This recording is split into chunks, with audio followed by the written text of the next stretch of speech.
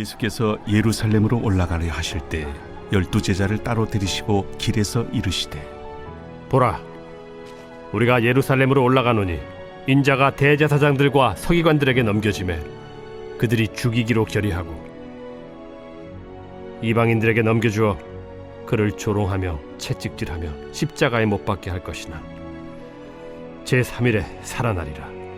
그때 세베대의 아들의 어머니가 그 아들들 데리고 예수께 와서 절하며 무엇을 구하니 예수께서 이르시되 무엇을 원하느냐? 나의 이 두 아들을 주의 나라에서 하나는 주의 우편에 하나는 주의 좌편에 앉게 명하소서. 너희는 너희가 구하는 것을 알지 못하는도다. 내가 마시려는 잔을 너희가 마실 수 있느냐? 할 수 있나이다. 너희가 과연 내 잔을 마시려니와 내 좌우편에 앉는 것은 내가 주는 것이 아니라 내 아버지께서 누구를 위하여 예비하셨든지 그들이 얻을 것이니라. 10제자가 듣고 그 두 형제에 대하여 분이 여기거늘 예수께서 제자들을 불러다가 이르시되 이방인의 집권자들이 그들을 임의로 주관하고 그 고관들이 그들에게 권세를 부리는 줄을 너희가 알거니와 너희 중에는 그렇지 않아야 하나니 너희 중에 누구든지 크고자 하는 자는 너희를 섬기는 자가 되고 너희 중에 누구든지 으뜸이 되고자 하는 자는 너희의 종이 되어야 하리라. 인자가 온 것은 섬김을 받으려 함이 아니라 도리어 섬기려 하고 자기 목숨을 많은 사람의 대속물로 주려 함이니라. 오늘은 예수님의 거룩한 습관 5번째 시간 섬김이라는 제목으로 하나님 말씀을 증거하도록 하겠습니다. 동상이몽이라는 말이 있습니다. 네이버 사전에서 찾아보니까 같은 침상에서 서로 다른 꿈을 꾼다. 네이버 사전에 나온 동상이몽의 뜻입니다. 갈릴리에서 사역이 시작이 되었고 그 예수님의 사역이 갈릴리 지방을 이렇게 확장시켜가면서 갈릴리 강 건너편에서 또 여러 유대 지역, 온 지역으로 이렇게 확대되어져 나갑니다. 사역의 범위가 점점 확장될수록 예수님의 명성도 점점 더 높여져 가고 있습니다. 소문이라는 것이 참 빠른 것 같아요. 그 시대에는 TV도 없었고 인터넷도 없었지만 예수님이 어떤 지역에서 말씀을 가르치시고 그리고 사역을 하시면서 이적도 베푸시고 치유도 하시고 이런 소문들이 정말 빠르게 퍼져나갔습니다. 한마디로 예수님이 가는 곳마다 예수님은 이슈 메이커가 되었고 요즘 말로 하면 인싸가 되었습니다. 제자들끼리 이런 말을 했을 것 같아요. 우리 선생님은 이런 갈릴리 시골에 썩을 분이 아니야. 중앙 무대로 진출하셔야 돼. 예루살렘으로 가셔야 돼. 우리가 모시는 분이 메시아라는 것을 알면 이 세상이 뒤집어질 거야. 이런 얘기들을 하지 않았겠습니까? 텍스트에도 나오지 않지만. 근데 마침 예수님이 예루살렘에 올라가려는 어떤 그런 기미가 보입니다. 제자들의 기대가 한껏 증폭이 되었을 것 같아요. 때가 왔다. 우리 예수님이, 우리 선생님이 드디어 예루살렘으로 진출을 하시는구나. 근데 공관복음에서 예수님이 예루살렘으로 가시려고 마음을 먹으셨을 때는 공통적으로 나오는 어떤 그런 표현들이 있습니다. 3번의 고난과 죽음과 부활의 이 예고, 순환 예고라고 하죠. 우리가 예루살렘으로 올라간다. 이것도 팩트인데 그 뒤에 나오는 것들이 제자들의 마음을 좀 불편하게 했을 것 같아요. 나 거기서 죽을 거야. 그리고 다시 살아날 거야. 동상이몽. 제자들과 예수님의 예루살렘 행은 전혀 다른 목적을 가지고 있는 것 같아요. 예수님은 3번씩이나 예루살렘에 가서 죽임을 당하고 다시 살아나는 것을 예고를 하시는데 1차, 2차, 3차 3번에 나누어서 말씀을 하십니다. 근데 제자들이 들은 척도 안 하는 것 같아요. 이런 훌륭한 선생님, 메시아가 죽는다는 게 말이 돼? 내가 믿고 싶고 내가 보고 싶은 것만 보려는 어떤 선택적 청취 그리고 확증 편향. 오늘 본문은 예수님이 제자들에게 3번째 순환 예고를 하시는 장면입니다. 1차 예고는 16장 21절에 나옵니다. 이때로부터 예수 그리스도께서 자기가 예루살렘에 올라가 장로들과 대제사장들과 서기관들에게 많은 고난을 받고 죽임을 당하고 제3일에 살아나야 할 것을 제자들에게 비로소 나타내시니, 첫 번째 죽음과 부활을 말씀하셨을 때 제자들 중에서도 가장 이 다혈질인 베드로가 먼저 반응합니다. 격렬하게 반응하죠. 주여 그리마옵소서, 이 일이 결코 주께 미치지 아니하리이다. 그러다가 예수님한테 사탄이라고 막 취급을 받고, 그 두 번째로 17장 22절에서 23절까지 나옵니다. 인자가 장차 사람들의 손에 넘겨져 죽임을 당하고 제3일에 살아나리라. 이때도 제자들의 반응은 매우 근심하였더라라고 나와 있습니다. 심지어 두 번째 순환 예고 후에는 제자들끼리 천국에서 누가 크냐라는 논쟁까지 벌였습니다. 예수님의 고난과 죽음은 어떻게 보면 제자들에게 그냥 벽과 같이 튕겨져 나오는 메시지였다라는 것을 볼 수가 있습니다. 심지어 오늘 본문인 세 번째 순환 예고에서는 그냥 죽는 것도 아니고 이방인들에게 넘겨져 조롱과 채찍질을 당하고 대제사장들과 서기관들에게 넘겨져서 십자가에서 죽을 것이라는 그 끔찍한 죽음의 방식마저도 예수님이 말씀을 하십니다. 근데 그때에, 그 와중에 세베대의 아들의 어머니, 세베대의 아들이면 요한과 야고보죠. 이 어머니가 아들 둘에게 자기 자리, 아들의 자리 하나씩 부탁하러 예수님을 찾아옵니다. 마가복음을 보면 야고보와 요한이 직접 찾아오는 장면이 나옵니다. 그리고 마태복음에는 세베대의 아들의 어머니가 나옵니다. 그러면 종합적으로 유추해 보면 엄마와 아들들이 같이 왔을 가능성이 높겠죠. 어쩌면 이 아들들이 밥상에서 그런 말을 했을 것 같아요. 엄마, 우리 드디어 예루살렘으로 갈 것 같아. 엄마가 와서 예수님한테 한마디만 좀 해주세요. 우리 한 자리씩 해달라고, 이런 청탁을 했었을 수도 있을 것 같습니다. 그리고 엄마는 때가 왔다라고 생각했을 것 같습니다. 18절에서 우리가 예루살렘으로 올라가노니, 근데 제자들은 이 예루살렘에 꽂혀버렸을 가능성이 높습니다. 그래서 뒤에 나오는 정작 중요한 말, 뒤에 나오는 죽음과 부활의 내용은 귀에 안 들어왔을 가능성이 높습니다.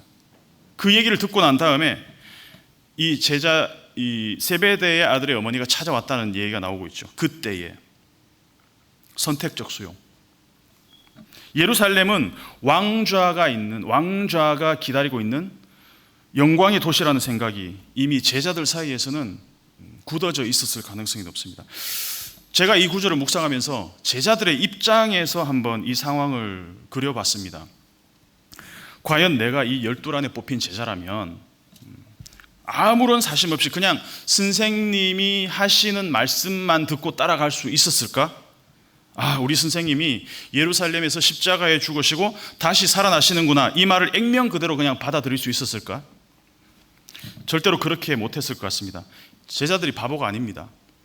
우리가 갖고 있는 상식적인 생각들을 이 사람들도 그냥 갖고 있었을 가능성이 높습니다. 소위 말하는 예수님의 핵심 관계자 12사람, The 12, 예핵관, 예수님의 핵심 관계자. 내가 12 안에 들었는데 우리 선생님이 메시아라면, 물론 이들이 생각하는 정치적 메시아는 전혀 예수님이 말씀하시는 그 메시아하고는, 성경이 보여주는 메시아하고는 달랐지만 우리가 그 주의 나라에서 한 자리씩 앉게 해주십시오라는 그 청탁을 하는 것은 굉장히 상식적입니다. 이상할 것이 없습니다. 저라도 그렇게 했을 것 같습니다. 21절에서 주의 나라라고 번역된 말은 헬라어로 바실레이아 수, 당신의 나라입니다. 그러니까 예수님 당신이 왕이 되면 내 아들 둘이 가장 측근 좌우에 한 자리씩 앉게 해달라는 청탁이죠. 평생 물고기만 잡던 사람 아니었겠습니까? 그물만 던지던 사람들입니다. 그런데 선생님 잘 만나서 3년 만에 인생이 뒤집힐 기회가 생겼습니다. 갈릴리에서 예루살렘으로 진출하는데 그것도 왕이 되시는 분 최측근에 앉을 자리가, 기회가 생겼다는 것입니다. 그러니까 12명 중에서도 조금 더 높은 자리를 선점하고 싶었을 것이라는 것이죠. 그래서 엄마와 아들 둘이 적극적으로 청탁을 하고 있습니다. 자리가 주는 이 메타포, 힘의 상징 아니겠습니까? 자리. 앉아서 말하는 사람은 권력자입니다. 그래서 어느 자리에 앉느냐가 어느 정도의 권력을 갖느냐를 결정합니다. 사극을 보면 임금님은 왕좌에 앉아 있습니다. 그죠? 그리고 신하들은 주로 무릎을 꿇고 있거나 바닥에 앉아서 임금의 말을 듣습니다. 그리고 왕의 자리에 가까이 있을수록 어떻습니까? 더 힘이 있는 사람입니다. 영의정, 좌의정, 우의정. 그러니까 마태복음을 보면 예수님이 앉아서 말씀하시는 장면들이 몇 군데 나옵니다. 대표적으로 5장 1절, 13장 1절에 나옵니다. 한번 읽어보시겠습니까? 5장 1절 한번 읽어보시죠. 예수께서 무리를 보시고 산에 올라가 앉으시니 제자들이 나아온지라. 13장 1절도 한번 읽어보겠습니다. 그날 예수께서 집에서 나가사 바닷가에 앉으시매. 자, 산에 올라가 앉으셔서 뭘 말씀하셨냐? 5장부터 8장까지 산상복음을 말씀하셨습니다. 천국의 법률을 말씀하셨습니다. 그리고 13장에서는 바닷가에 앉으셔서 천국 비유를 말씀하셨습니다. 둘 다 이 둘의 컨텍스트에 공통점이 있죠. 하나는 둘 다 야훼라는 점, 산과 바닷가. 또 하나는 둘 다 천국에 관한 말씀을 하셨다는 점. 야훼에서 천국에 관한 말씀을 하시는 예수님. 마태복음을 펼치면 1장부터 나오는 것이 있습니다. 아브라함과 다윗의 자손 예수 그리스도의 계보라. 이 계보 쭉 우리가 족보를 이렇게 쭉 읽어가시면 어떻습니까? 14대, 14대, 14대로 나누어지죠. 그 가운데 14대가 왕의 족보입니다. 아브라함부터 누구까지? 다윗까지. 아이, 야유, 베헤람, 나살, 보오, 이다 이렇게 좀 외웠습니다. 14대. 다윗부터 솔로몬 이어지는 이 족보는 왕의 족보입니다. 그래서 모든 사람들이 아브라함, 이삭, 야곱 이렇게 이름이 나오는데 다윗은 다윗 왕으로 기록되어 있습니다. 왜 특별히 다윗을 왕으로 썼을까요? 다윗 왕국의 정통성을 예수님이 계승한다는 것을 1장부터 보여주는 것이죠. 마태복음 1장의 족보에 이어서 마태복음 2장에는 누가 등장합니까? 또 다른 왕이 등장합니다. 헤롯 왕입니다. 헤롯 왕은 현재 이스라엘을 다스리고 있는 왕입니다. 분봉왕이라고 하죠. 헤롯 왕은 또 다른 왕이 태어났다는 소식을 듣고 예수를 찾기에 혈안이 되어 있습니다. 왜? 내가 왕인데 또 다른 유대의 왕이 태어났다고? 그래서 어떤 명령을 내리죠? 죽여라. 죽여라. 애들 태어났다는 소식만 들리면 죽여라. 하늘 아래에 두 개의 태양이 존재할 수가 없지. 그러면 죽여야지. 모든 왕은 왕궁에 거합니다. 그죠? 근데 왜 마태복음은 5장과 13장에서 산과 바닷가에 앉아서 사람들에게 하나님의 나라를 가르치는 예수님의 모습을 보여주고 있을까? 뭔가 눈치를 채셨을 것 같습니다. 예수님은 사람이 만든 왕궁에 갇혀 계시는 왕이 아니라는 것을 마태가 의도적으로 보여주고 있다는 것이죠. 바닷가, 산, 예수님이 앉아 계시는 왕국은 예수님 하나님이 직접 만드신 그 모든 우주가 다 예수 그리스도의 왕궁이며 성전이며 온 우주가 예수님의 왕궁이라는 것을 우리에게 보여주고 있다는 것입니다. 산과 바닷가에 앉아서 사람들에게 천국의 복음을 가르치시는 장면은 온 우주의 왕이신 예수께서 자신의 왕궁인 산과 바닷가에서 사람들에게 자신의 나라 백성들에게 자신의 나라의 법률을 가르치시는 장면이라는 것입니다. 온 우주가 예수님의 왕궁이자 성전인데 그런 예수님에게 고작 이스라엘이라는 한 나라 안에서 왕이 되면 좌우편에 자리 하나씩 찜해달라는 야고보와 그 요한의 그 청탁, 여러분 볼 수 있기를 바라겠습니다. 볼 수 있다면 예수님의 말씀이 우리의 모든 삶의 자리까지 들어올 것입니다. 근데 본질을 보지 못하면 항상 현상의 종이 될 수밖에 없다는 것입니다. 22절, 23절을 함께 읽어보겠습니다. 22절, 23절 시작.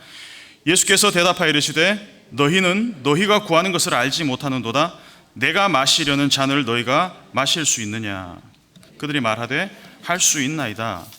이르시되 너희가 과연 내 잔을 마시려니와 내 좌우편에 앉는 것은 내가 주는 것이 아니라 내 아버지께서 누구를 위하여 예비하셨든지 그들이 얻을 것이니라. 아멘. 성경에서 잔은 왕이 신하에게 하사하는 것으로 나옵니다. 시편 23편 5절을 보면 주께서 내 원수의 목전에서 내게 상을 차려주시고 기름을 내 머리에 부으셨으니 내 잔이 넘치나이다. 시편 116편 13절에서는 내가 구원의 잔을 들고 여호와의 이름을 부르며, 그러니까 구약에서 잔은 영광과 구원의 상징이죠.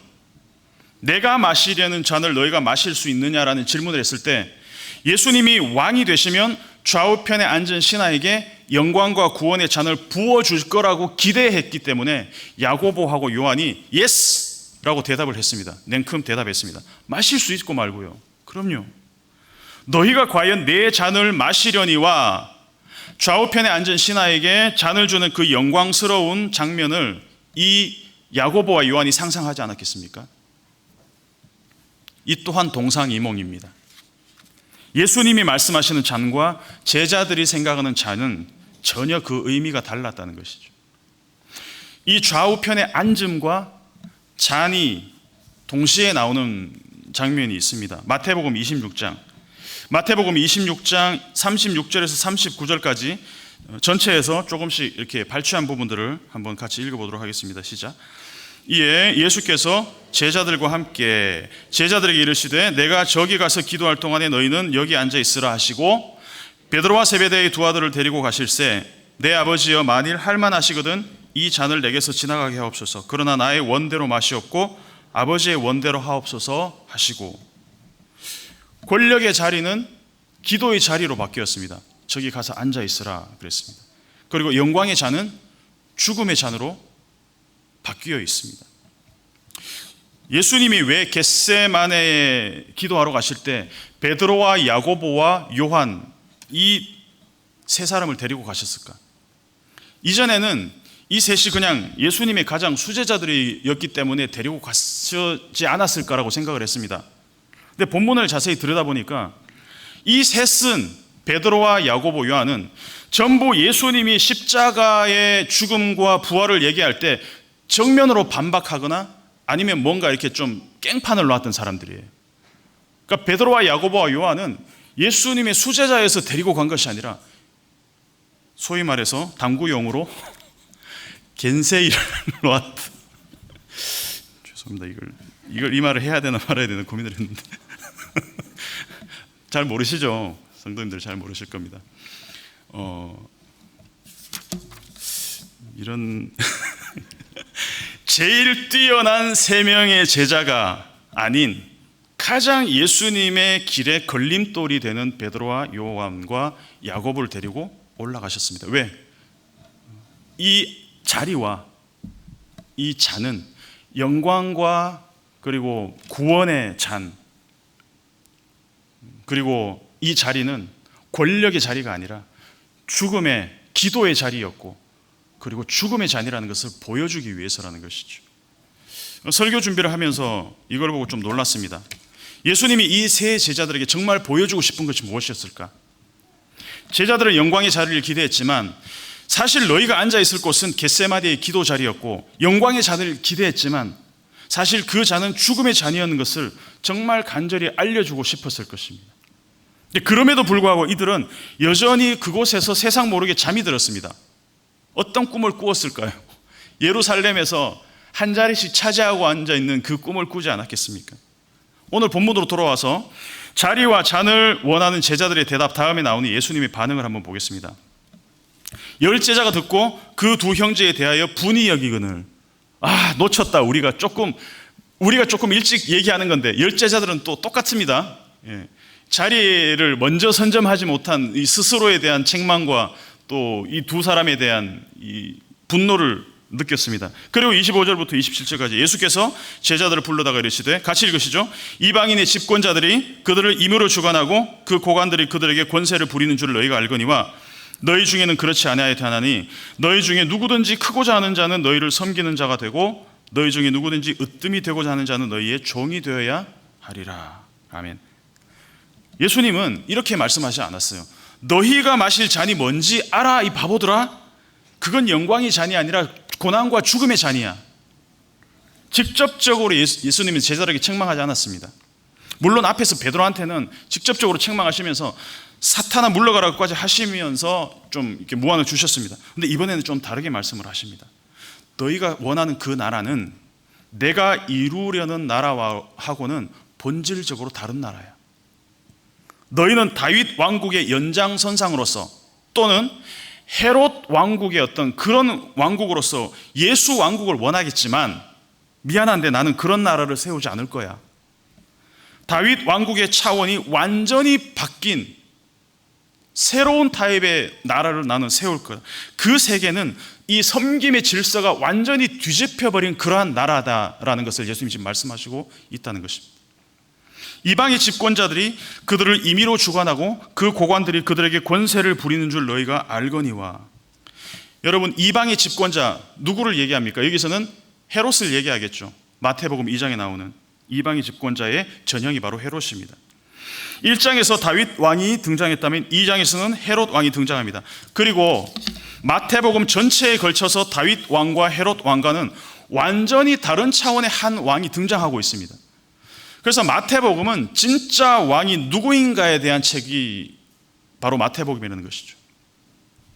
그분의 나라는 이방인들의 통치 방식과는 정반대로 오히려 권력을 가진 이가 힘없는 이들을 섬기고 주인이 아닌 종이 되어야 한다는 이야기를 하고 있습니다. 여러분, 어디에서 이런 장면이 가장 잘 나타납니까? 가장 가까이 우리의 가정.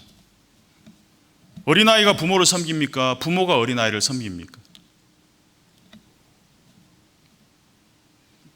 마스크를 써서 잘 안 들리는 것 같아요. 어린아이가 부모를 섬깁니까? 부모가 아이들을 섬깁니까? 부모가 아이들을 섬깁니다. 부모가 경제 능력이 있고 능력이 있는 이유는 아이들을 더 잘 섬기고 보살피기 위해서입니다. 자기의 자녀를 위해서 죽을 수 있는 존재는 부모밖에 없습니다. 이런 세계를 생명세계라고 합니다. 왜? 생명으로 묶여있기 때문에, 생명으로 연결되어 있기 때문에. 반대로 헤롯이 통치하는 나라는 어떤 나라입니까? 내 왕위를 유지하기 위해서 누구든지 죽일 수 있는 나라. 2살 아래로 다 죽여라.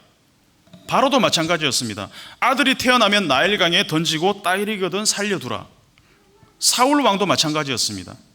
다윗을 그렇게 죽이려고 혈안이 되어 날뛰었습니다. 예외가 없습니다. 왕좌의 게임은 내가 안 죽으면 누군가를 죽여야 되는 그런 게임입니다.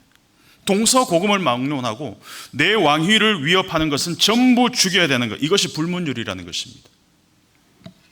생존 세계에서는 내가 살아남기 위해서는 반드시 누군가의 죽음이 필요합니다. 그러니까 누군가의 죽음을 기반으로 내 생존이 결정이 됩니다. 자본주의 사회는 누군가 돈을 벌기 위해서는 누군가는 잃어야 됩니다. 왜냐하면 한정된 재화를 n분의 1로 나눠야 되기 때문이죠. 내가 많이 가져올수록 누군가는 박탈을 당합니다. 근데 예수님이 말씀하시는 그 나라는 누군가가 잃어야 누군가가 가지는 그런 나라가 아니라는 것입니다. 한 아이의 도시락으로 5,000명이 먹고도 남는 나라. 그래서 오병이어는 하나님의 나라의 원리를 가장 잘 보여주는 이야기라는 것이죠. 로만 폴란스키 감독의 그 피아니스트라는 영화가 있습니다. 보신 분도 있을 텐데 그 장면을 하나 보시면 준비된 화면이 있을 텐데요. 그 독일 나치에 의해서 살던 집에서 쫓겨나서 수용소를 하던 유대인 가족이 있어요. 이 피아니스트 가족들입니다. 이 가족들이 카라멜 한 쪽을, 엄청나게 비싼 카라멜 하나를 사서 한쪽을 6등분으로 나눠서 이렇게 먹는 장면이 나옵니다. 저는 그 장면이 아직도 기억에 남습니다. 배가 불렀을까요? 배는 안 불렀겠죠. 그러나 이것을 한 사람의 예외도 없이 모두가 나누어 먹었다는 그 만족감은 아마 이들의 육체적인 그 만족감보다 더 컸을 겁니다. 근데 이 관계는 반드시 생명으로 묶여야 가능한 관계라는 것입니다. 오징어 게임도 마찬가지죠. 오징어 게임이 에미상에서 획기적인 수상을 했습니다. 그 이유가 무엇입니까? 인간에 대한 보편적 관찰이 이 세계인들의 공감을 끌어냈기 때문이죠. 내가 살아남기 위해서는 어제까지 친구였던 친구마저 죽일 수 있는 것이 우리의 현실이라는 것을 좀 극단적으로 보여주고 있습니다. 불편한 진실이죠. 불편한 팩트. 그리고 그 게임을 즐기면서 그 모든 과정들을 지켜보는 사람들이 있습니다. 다 마스크를 쓰고 있습니다. 그리고 동물 그 가면을 쓰고 있는 VIP들, 그 자리, 인간의 세계를 이런 생태계처럼 만들고 그 밖에서 관람하고 있던 그 VIP들, 그래서 그 자리에 누구나 앉고 싶어 한다는 것을 우리에게 의도적으로 상징적으로 보여주고 있다는 것입니다. 근데 예수님이 앉아있던 자리는 달랐다는 것입니다. 군림하고 통치하고 그 자리에서 자기의 힘을 행사하는 자리가 아니라는 것이죠. 자신이 만든 그 산에 앉아서 천국의 법률을 선포하시던 분, 자신이 만든 그 바닷가에 앉아서 사람들에게 천국의 비밀을 비유로 말씀하시던 그분, 세상에 어떤 왕이 자기가 말할 때, 자기가 스피치할 때 듣는 사람들이 배고플까 봐 빵부터 먹이고 시작합니까? 우리도 설교하기 전에 빵하고 우유부터 먹고 그 왕이 앉은 자리는 통치하고 군림하고 권세를 주장하는 자리가 아니라 오히려 자기를 낮추고 섬기고 자기 목숨을 많은 사람들의 대속물로 주는 그런 자리였다는 것입니다. 인자가 온 것은 섬김을 받으려 함이 아니라 도리어 섬기려 하고 자기 목숨을 많은 사람의 대속물로 주려 함이니라. 말씀을 마치도록 하겠습니다. 제가 거의 40이 다 된 나이에 30대 후반에 신학교를 들어갔습니다. 그때 저희 숙모님이 제 통장에 100만 원을 넣어주시면서 했던 당부가 설교 준비를 하면서 기억이 났습니다. 국아 저를 이렇게 전화로 부르시면서 항상 나보다 남을 낮게 여기는 목회자가 되라, 그 말씀을 하셨어요. 그게 문득 생각이 났습니다. 근데 12년 동안 정말 저는 나보다 남을 낮게 여기는 누군가를 섬기는 그런 목회자의 삶을 살아왔나? 되게 부끄러웠습니다. 솔직히 부끄러웠습니다. 여러분, 이 권력과 자리에 취해 있던 제자들의 마지막 모습을 기억하십니까? 이 제자들이 어떻게 되었습니까? 예수님이 죽으시고 다시 살아나심을 경험한 제자들은 그때서야 깨달았을 것입니다. 맞아, 우리 주님은 3번씩이나 우리한테 죽음과 부활의 얘기를 하셨어. 근데 우리는 그 얘기는 귀에 들어오질 않았어. 우리는 오직 예루살렘으로 올라간다는 그 이야기에 심취해서, 한 자리씩 하겠다는 그 욕망에 심취해서 예수님의 고난과 죽음과 그 부활의 소식을 우리는 귀담아 듣지 않았어. 그때는 우리 예수님이 또 다른 헤롯 왕, 또 다른 다윗 왕이 될 거라고 믿고 있었어. 그런데 주님의 죽음과 부활을 경험한 제자들, 그 제자들이 성령을 받은 후의 모습은 진짜 제자였습니다. 진짜 예수님의 길을 갖는 제자 도를 살아가는 제자들이었습니다. 생명을 경험한 사람들은 알게 됩니다. 보게 되고 살게 됩니다. 머리로 섬김을 살아야 되겠다는 그 다짐보다는 주님의 성령이 우리에게 충만해져서 비록 우리의 모습들이 예루살렘으로 올라가려는 그때의 제자들의 모습이라 할지라도 그 생명의 이야기를 만나게 되었을 때 그 삶의 후반부와 같은 제자들의 모습이 되어 있기를 주님의 이름으로 축복합니다. 이 시간 함께 기도하도록 하겠습니다. 말씀을 기억하면서 이제 섬김의 삶을 살아야 되겠다라는 어떤 그런 다짐을 하기보다는 하나님, 우리에게 주의 영을 부어 주시옵소서. 그래서 우리에게 비록 지금은 제자들과 같은 그런 욕망이 있을 수 있지만, 우리가 섬긴다고 하는 것들도 그러한 욕망의 산물로서 섬김일 수도 있겠지만, 하나님 우리에게 성령을 주셔서 인자가 온 것은 섬기고 그리고 자기 목숨을 많은 사람들의 대속물로 주려 한다는 그 예수님의 말씀이 우리의 삶의 깊은 곳에 들어와서 우리의 삶의 방향들을, 우리의 삶의 자리와 그리고 우리에게 주어진 그 잔의 그 목적이 바뀌게 되는 그러한 우리가 될 수 있도록 우리 함께 기도하도록 하겠습니다.